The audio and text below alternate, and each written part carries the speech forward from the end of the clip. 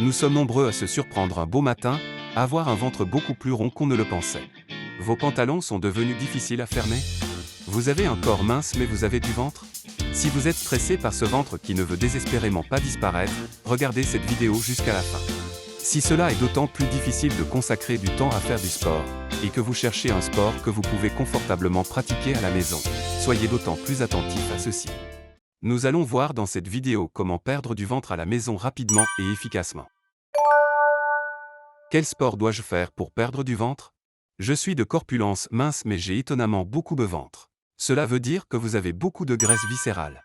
La majorité des personnes pensent que pour perdre cette graisse abdominale, il faut faire du sport et se concentrer sur le haut du corps, tout particulièrement sur les abdominaux. Cela suffit-il de faire des abdominaux pour perdre du ventre? Non. Pour perdre du ventre, il ne suffit pas de faire des abdos, il faut faire un sport qui investisse tout le corps. La grande majorité des études scientifiques montrent qu'il n'existe pas de sport qui permette de perdre du poids à une partie spécifique du corps seulement. Il est possible de se muscler à une partie spécifique du corps, mais il est difficile de perdre de la graisse corporelle à une seule partie précise du corps. Si par exemple pendant 12 semaines, vous musclez un de vos deux bras, vous gagnerez en tonus et en flexibilité, mais vous ne perdrez pas de graisse sur ce bras-là. C'est la même chose si vous ne faites que des abdominaux pendant 6 semaines. Votre ventre deviendra plus ferme, mais vous ne perdrez pas de graisse abdominale. Par conséquent, pour perdre du ventre, plutôt que ne faire qu'un travail musculaire au niveau de l'abdomen, il est nécessaire de pratiquer un sport qui permette de perdre efficacement de la graisse abdominale. Nous allons voir la méthode la plus rapide et la plus efficace pour perdre du ventre.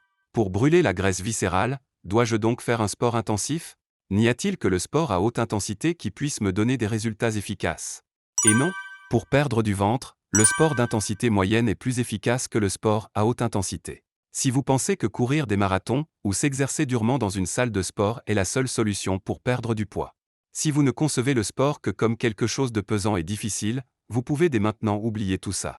À l'inverse, puis-je perdre du ventre en pratiquant de la marche ou une activité à faible intensité? Malheureusement, ne faire que de la marche a ses limites. Faire 10 000 pas, 20 000 pas par jour permet certes d'améliorer votre santé cardiovasculaire, mais pour perdre de la graisse corporelle, il faut au moins pratiquer une activité d'intensité moyenne. Mais alors comment puis-je distinguer un sport d'intensité moyenne d'un autre sport? L'intensité de l'activité se distingue essentiellement à la fréquence cardiaque. Par conséquent, quel que soit le sport, il peut être pratiqué à faible et à moyenne intensité. En plein exercice physique d'intensité moyenne, même si le souffle court, il vous est difficile de mener une conversation normale, il est toutefois possible d'articuler sporadiquement des phrases. En faisant du sport à haute intensité, il est totalement impossible de tenir une conversation. Nous n'en avons d'ailleurs aucune envie. Au contraire, si en plein exercice vous n'êtes ni essoufflé, que vous pouvez discuter à l'aise, voire que vous pouvez même chanter, c'est que vous faites du sport à faible intensité. Que ce soit de la marche ou du vélo, augmentez la vitesse à en être essoufflé et vous passez facilement à une activité de moyenne intensité. Varier en plus de ça votre vitesse de marche par intervalle est encore plus efficace. Voici aujourd'hui le sport le plus recommandé pour brûler la graisse viscérale de manière rapide et efficace à la maison, la Zumba.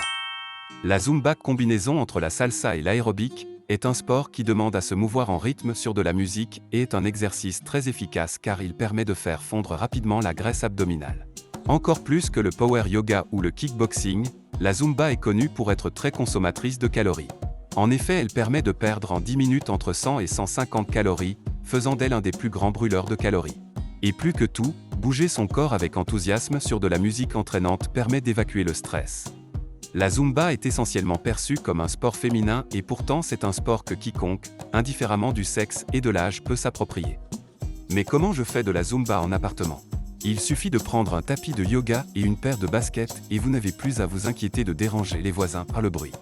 Et si vous n'êtes pas quelqu'un qui a l'habitude de danser, qu'au début vous ne savez pas comment bouger votre corps, si vous vous sentez embarrassé, essayez d'abord seul et confiant à la maison, en suivant les mouvements de manière ample. Tentez également une séance en famille dans le salon, c'est fou rire garanti et qui sait, vous pourriez le lendemain en garder des courbatures aux abdominaux. Pour perdre efficacement du ventre, il ne faut pas juste faire de l'aérobic ou il ne faut pas juste faire de la musculation. Il faut combiner les deux pour que la combustion des graisses soit plus efficace. Si vous avez l'habitude de pratiquer la Zumba, vous pouvez rajouter des mouvements de musculation tels que les squats ou les fentes. A l'inverse, si vous êtes débutant, rajoutez l'exercice suivant. Sachant que pour faire fondre la graisse corporelle, il faut que toute la musculature du corps travaille, cet exercice est la planche. La planche est l'exercice de gainage par excellence qui utilise le poids corporel. Parce que vous pouvez vous blesser le dos en adoptant une mauvaise posture pendant le gainage, voici la planche étape par étape, de la plus facile à la plus difficile. Et parce qu'il est plus important de maintenir correctement un gainage pendant 10 secondes, que de maintenir une mauvaise posture de gainage pendant 30 secondes, ne vous fixez pas dès le début un objectif de temps mais assurez-vous de maintenir une bonne position. Et commencez par la planche sur les genoux. En position de planche, gardez vos genoux au sol et tenez-vous appuyés sur vos avant-bras et vos mains bien à plat. Commencez d'abord par tenir cette position pendant 10 secondes et si progressivement vous arrivez à la tenir 1 minute, passez à l'étape suivante. La planche classique. Mettez-vous en appui sur vos avant-bras, les coudes situés exactement sous les épaules. Veillez à ce que les fesses ne montent pas, contractez vos fessiers et votre ventre et essayez de tenir cette position pendant 60 secondes. Voici la dernière, la planche haute. Positionnez-vous comme si vous étiez sur le point de commencer une pompe, les jambes, le dos et le cou doivent être parfaitement alignés. Ne rentrez pas votre menton et regardez le sol. Contractez vos fessiers et votre ventre et tenez la position le plus longtemps possible, jusqu'à 60 secondes. Nous avons jusqu'à maintenant vu comment perdre de manière rapide et efficace du ventre en faisant du sport à la maison, mais le plus important reste à venir. Aussi longtemps que vous ferez du sport, si vous ne changez pas vos habitudes de vie, les résultats resteront limités. Voici 3 règles de vie à adopter pour perdre efficacement du ventre. Arrêtez le grignotage. Ne mangez plus en dehors des repas. Votre intestin a besoin de repos et aura tendance à stocker les graisses surtout après des collations tardives le soir. Arrêtez l'alcool, et tout particulièrement la bière. On le sait tous, l'alcool est très calorique et est le responsable principal de l'accumulation de graisse au niveau de l'abdomen. Bien sûr que pour certaines personnes, boire régulièrement un verre ou 2 ne leur fait pas prendre de poids. Mais si vous n'avez pas ce don de la nature et que vous vous souciez de votre santé abdominale, alors ne buvez plus d'alcool. Si vous ne pouvez absolument pas arrêter, limitez-vous à un verre de temps en temps. Si vous buvez plus que ça, alors acceptez votre bedaine comme votre compagnon à vie, qu'il ne soit au moins plus source de stress et vivez l'esprit serein. Arrêtez aussi le tabac. Rien de plus frustrant de devoir arrêter l'alcool et le tabac. Fumer augmente pourtant la sécrétion de cortisol, l'hormone du stress, et interfère avec le processus de décomposition de la graisse. Les récepteurs du cortisol sont 4 fois plus nombreux dans l'abdomen que dans une autre partie du corps, faisant du cortisol une cause importante de l'accumulation de la graisse abdominale.